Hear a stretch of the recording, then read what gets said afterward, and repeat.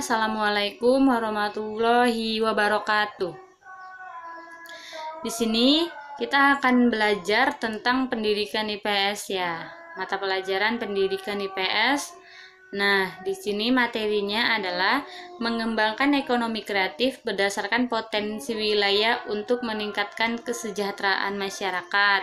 Nah, Ibu harap di sini Ananda sekalian bisa memahami pembelajaran kita hari ini yang sedang berlangsung, karena nanti di akhir pembelajaran Ibu akan mengadakan kuis, dan kuis itu sebagai nilai tambahan untuk nilai ulangan kalian atau nilai ujian kalian yang turun. Nah, di sini langsung saja Ibu akan menjelaskan yang pertama ruang lingkup dari ekonomi kreatif. Nah, di sini Ibu jelaskan sedikit dan Ibu harap kalian bisa memahami apa penjelasan dari Ibu ya. Nah, jadi di sini ekonomi kreatif itu tidak bisa pisah dengan industri kreatif. Nah, seperti yang kita ketahui, ekonomi itu selalu berbasis untuk memenuhi kebutuhan hidup, mendapatkan uang. Nah, jadi atau mendapatkan penghasilan. Jadi dari kreativitas kita bisa menghasilkan uang. Apa yang bisa menghasilkan dari kreativitas yang kita punya dalam diri kita, seperti itu contohnya ya. Nah, terus kreativitas kita itu bisa kita kembangkan dari berbagai faktor. Yang pertama itu sumber daya manusia dari dalam diri kita sendiri. Kreativitas kita bisa kita kembangkan untuk menghasilkan sesuatu yang bisa bernilai. Nah, yang kedua yaitu sumber daya alam. Kita berkreativitas itu menggunakan sumber daya alam yang ada di sekitar kita. Nah, terus yang ketiga itu teknologi. Kita bisa menggunakan dari unsur teknologi yang sekarang udah pada canggih tuh kan. Kita keluarkan kreativitasnya atau apa. Nah, yang keempat itu tatanan institusi dari lembaga-lembaga tertentu.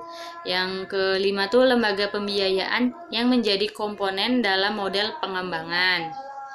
Nah, itu ruang lingkupnya ya. Tadi ada 5, ada sumber daya manusia, ada sumber daya alam, teknologi, tatanan industri, dan lembaga pembiayaan.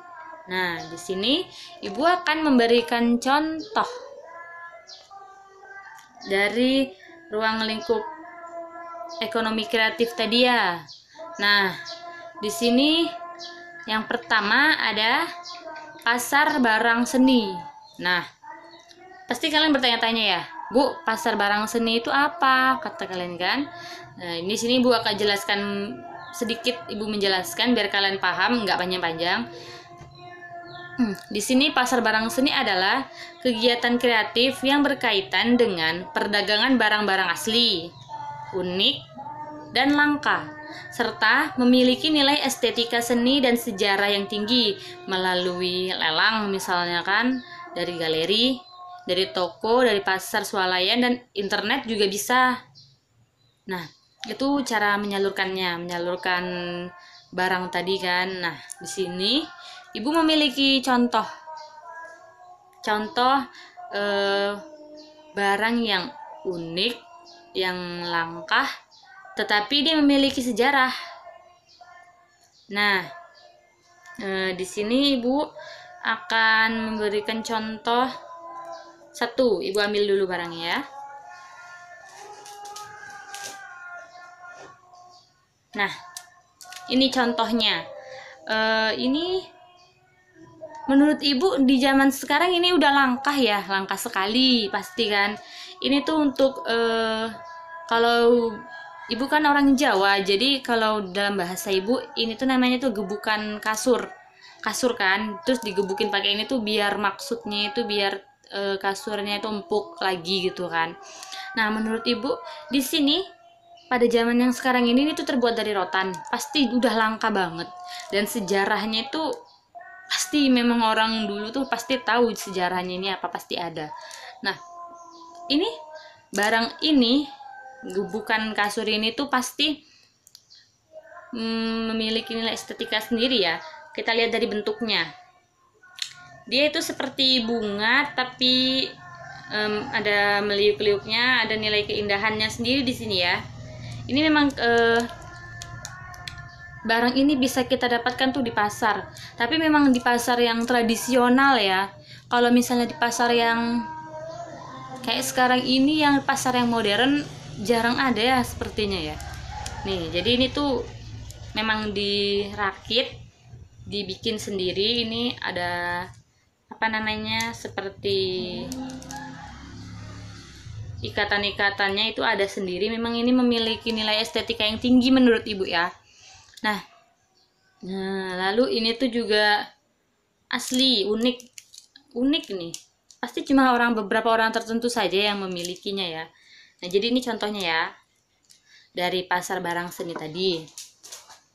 Nah, setelah itu contoh yang kedua dari kerajinan. Nah, di sini ibu akan menjelaskan yang kedua ya.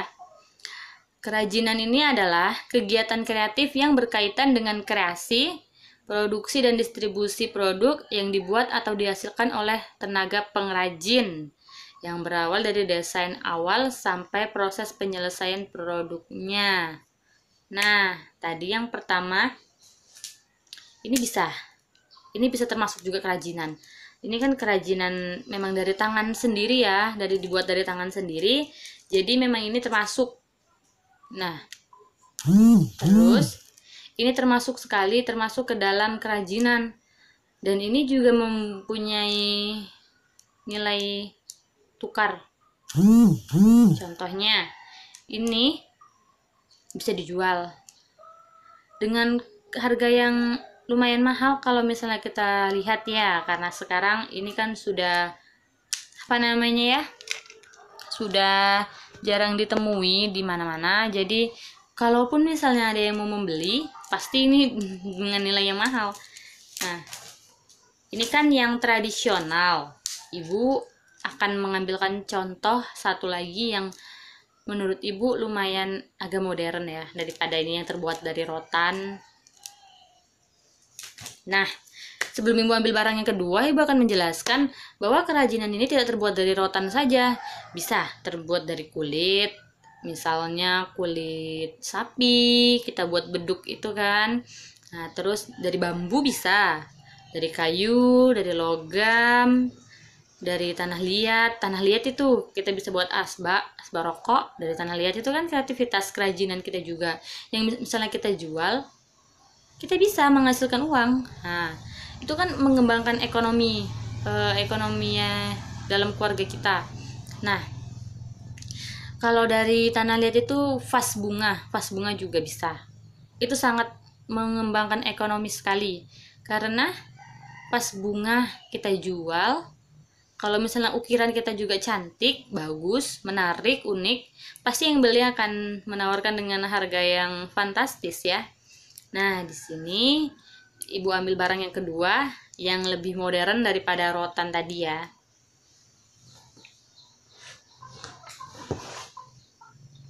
Nih,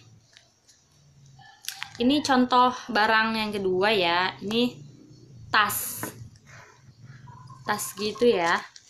Ini tasnya itu terbuat dari tali, kalau di tempat ibu namanya tali kur ya. Dia tuh talinya itu kasar, tapi nggak terlalu kasar, nggak terlalu, kalau misalnya kena kulit juga nggak terlalu menyakiti.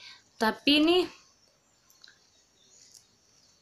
dalamnya tengok ya, seperti ini teksturnya. Ini kalian bisa lihat ya, ini talinya. Nah, ini tuh memang menurut ibu ini tuh kreativitas sekali ya, karena apa, ini tuh dibikin sendiri pakai tangan, bukan dirajut ya. Seperti kita apa ya istilahnya itu, mengkaitkan satu sama lain. Di situ ada tekniknya juga. Setiap bentuk berbeda-beda tekniknya. Ini kan seperti bentuk keong. Nah, di sini ibu ambilin dulu contoh tasnya yang lain, ada ya, tunggu.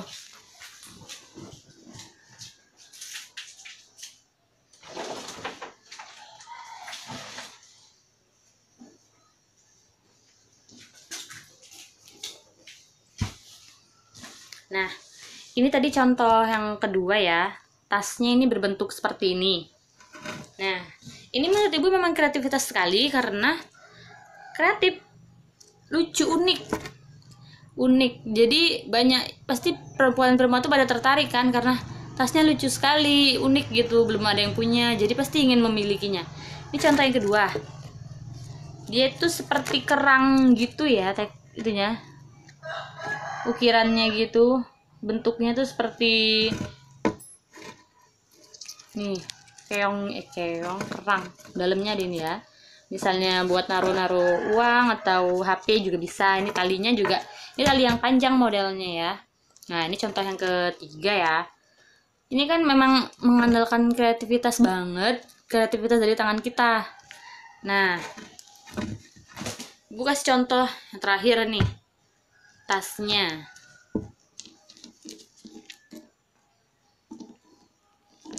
Nih, ini lebih simple kayak dompet gitu sih. Nih, dia kayak sirip-sirip gitu menurut Ibu ya bentuknya. Dalamnya juga ada nih, kalau bisa mau naruh HP, uang, misalnya mau ke pasar bisa pakai ini ya. Ini buat pegangannya.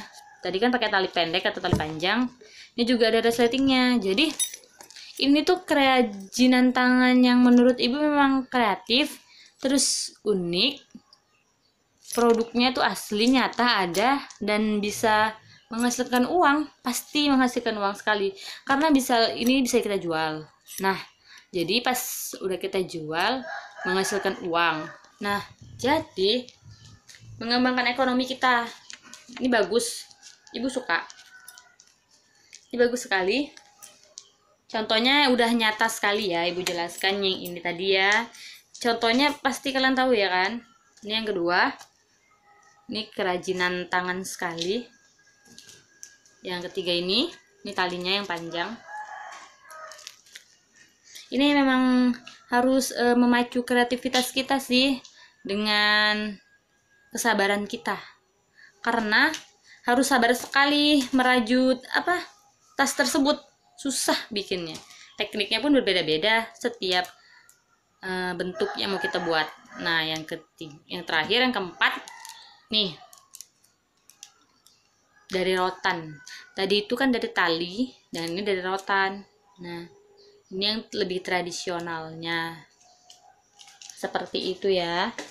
Itu yang kedua. Terus yang ketiga adalah seni pertunjukan.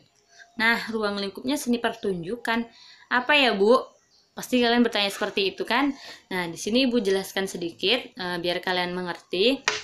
Seni pertunjukan adalah kegiatan kreatif yang berkaitan dengan usaha pengembangan konten. Produksi pertunjukan, misalnya pertunjukan wayang, balet, tarian tradisional, tarian kontemporer, drama, musik tradisional, musik teater, dan sebagainya. Nah, kalau memang di suatu kampung kebudayaannya itu masih kental, misalnya kebudayaan Jawa, pasti di kampung tersebut misalnya ada pesta apa gitu kan. Nah, pasti di situ akan mengadakan pertunjukan wayang. Pasti akan dia tuh pesta hiburannya apa? Pertunjukan wayang. Itu kan yang paling khas pada budaya Jawa, suku Jawa itu yang paling khas sekali, yaitu wayang ya. Kalau misalnya tarian-tarian tradisional itu ya misalnya tarian persembahan, tarian di daerah masing-masing yang memang masih kental adat istiadatnya gitu ya. Nah, lalu di sini tuh tarian kontemporer tuh apa ya, Bu? Nah, Ibu jelaskan. Tarian kontemporer itu adalah tarian yang lebih modern daripada tarian tradisional. Dan tarian kontemporer itu tarian yang sudah dikreasikan. Ada unsur tradisionalnya, ada unsur modernnya. Jadi, bisa kalian satukan. Nah, jadilah tarian kontemporer seperti itu. Nah, di sini ada misi dari ekonomi kreatif itu sendiri. Jadi ekonomi kreatif itu nggak sembarangan mengembangkan kreativitas yang menghasilkan uang aja ya, nggak. Tapi ada misinya. Yang pertama, kalian harus dengarkan ya. Ibu akan menyebutkan. Yang pertama itu peningkatan kontribusi industri kreatif terhadap pendapatan domestik bruto Indonesia. Nah, jadi dari ekonomi kreatif tadi tuh, dari kerajinan-kerajinan tangan yang kita bikin tadi tuh kan, itu tuh meningkatkan pendapatan domestik bruto Indonesia juga, yang memang misalnya kita nanti bergabung dengan perusahaan ini bisa meningkatkan domestik bruto Indonesia. Yang kedua, peningkatan ekspor nasional berbasis kreativitas dan muatan lokal dengan semangat kontemporer. Nah, tadi yang Ibu bilang kan kontemporer berarti modern. Peningkatan ekspor nasional, ini barang-barang tas tadi ini kan kita ekspor keluar. Itu kan termasuk muatan lokal juga, hasil tangan karya kita sendiri ya. Nah, dan dengan semangat yang kontemporer, semangat yang menyala-nyala, yang modern sekarang ini. Nah, terus yang ketiga, peningkatan serapan tenaga kerja sebagai dampak terbukanya lapangan kerja baru di industri kreatif, membuka lapangan kerja baru. Itu salah satu tujuannya. Yang keempat, peningkatan jumlah perusahaan berdaya saing tinggi yang bergerak di industri kreatif. Yang kelima, penguatan pemanfaatan sumber daya yang berkelanjutan bagi bumi dan generasi mendatang. Yang keenam, penciptaan nilai ekonomis dari inovasi kreatif, termasuk yang berlandaskan kearifan dan warisan budaya Nusantara. Nah, seperti kalau warisan budaya Nusantara ini seperti tadi yang Ibu bilang ya, wayang tadi, pertunjukan wayang itu kan budaya Nusantara sekali. Nah, yang ketujuh, pertumbuh kembangkan kawasan kreatif yang potensial di wilayah Indonesia. Yang kedelapan, yang terakhir, penguatan citra kreatif produk atau jasa sebagai upaya nasional, branding, atau pencitraan negara Indonesia di mata dunia internasional. Jadi biar Indonesia itu dianggap dengan negara lain itu, wow, Indonesia itu beragam budaya, kreativitasnya juga banyak, seperti itu ya. Nah, itu aja menurut Ibu yang bisa Ibu berikan kepada kalian. Nah, di sini Ibu akan mengadakan kuis. Ibu meminta kalian menyiapkan buku dan pena. Jika sudah, Ibu akan membacakan soalnya satu ya. Yang pertama yaitu, coba berikan contoh dari pasar barang seni, kerajinan, dan seni pertunjukan. Selain dari yang Ibu berikan contoh dan jelaskan tadi ya, kalian harus bisa mencari contohnya sendiri.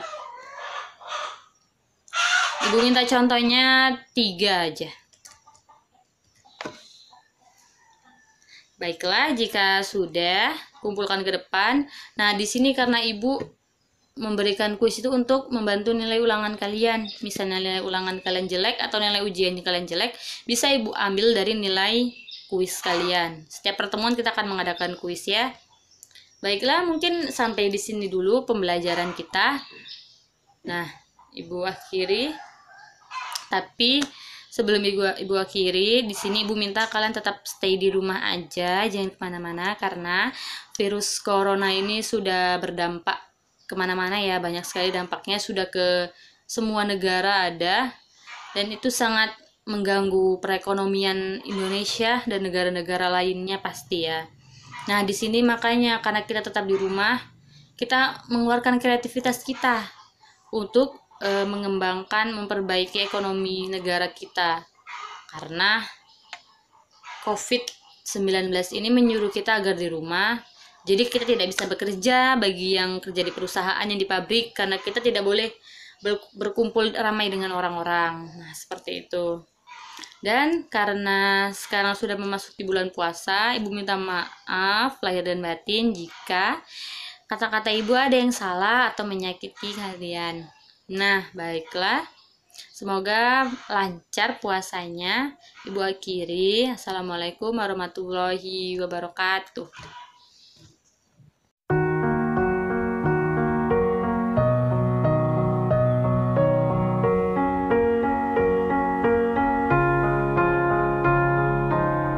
You were with a shadow to my light. Did you feel us? Another star, you fade away.